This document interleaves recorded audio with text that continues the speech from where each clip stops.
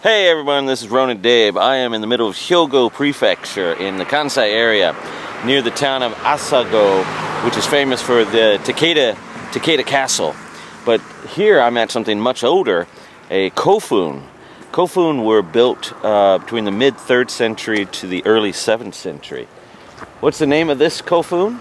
Chasuriyama Kofun. Chasuriyama. Chasuriyama. Yama is mountain. Alright. Right. So this Kofun was only found a short time ago, like I think like late 90s, and then in 2004 it was actually designated as a historical, important historical site. And its diameter is 19 meters. Alright. And height is 18 meters. 18 meters, okay. And then this is the biggest Kofun like this in Kinki area. So this Kofun, largest in its area. Yeah, it's quite impressive. Found 4 mirrors. And lots of armories. And other jewelries and the rest of those things. Yeah, so mirrors were very important to the Yayoi and Kofun cultures. Tools for farming. And this is a Yoroi and Kabuto, the helmet and armors. Oh. And here's the iron swords, iron, etc. And then there was people were actually buried right here. Oh. And these are other kind of armors. And so they were all up at this. So this is basically armor. This is the farming things. This is the stones we saw. Oh. This whole thing. And then this was a human, was here. Oh. And this is a head of the spear. And there's an iron sword. Iron sword was here. And then there's the mirror. Oh, wow. Here's the mirrors and all those jewelries. And this is the farming things and some kind of big pillow. It's a pillow stone. And then these things are put around the mid part of the slopes. All kind of these, many of them are just tubes, were put orderly around to surround as if they were surrounding the center of the tube. So these were urns for the ashes? No, these are symbols.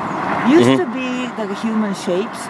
So instead of putting the human sacrificios, sorry, Spanish. Sacrificios. They kind of, there's a house they used to live or all kind of things there. They put it buried. Instead of a real thing, they made it in ceramic and they buried. Ah. But it's better than burying the real human. Yeah. Servants or animals or So they're the shapes of cows or horses or well in the Nihon Shoki they talk about that they when someone important was buried they would bury their servants with them, and one of the emperors he kept hearing the people crying and the dogs and the crows ripping the flesh. Yes. And he said, "Oh, this is horrible." Yeah. So even though they were dead? Yeah, and somebody what? Even though they were dead? No, they were still kind of alive. They kind of like half buried them or something like that. Oh, yeah. So and like they would just slowly die on their own. Yeah. I mean, according to the Nihon Shoki, they haven't actually found any real evidence of that, but according to the Nihon Shoki, which was written down in the 8th century, that was that's how supposedly it was back in ancient times.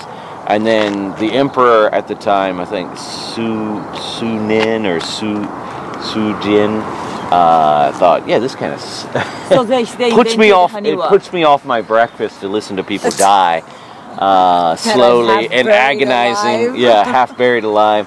And so someone came up with the idea of creating the clay figures, the haniwa. Oh, I didn't know that. Yeah. Wow. I think it might even be the same guy that also was like the first sumo wrestler. Okay. Yeah. But there's also soldiers in China, right? The terracotta? Yeah, terracotta soldiers lined up. So maybe there may be some similarity or some... Yeah. Well, the terracotta warriors are from like around 200 BC, roughly.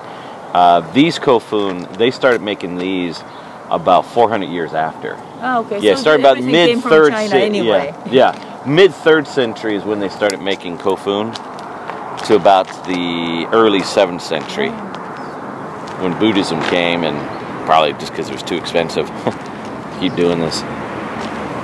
If you come to Asago to see Takeda Castle, especially in autumn time when the mists are out, this is definitely worth checking out, especially around sunrise. So, this is Ronan Dave. See you!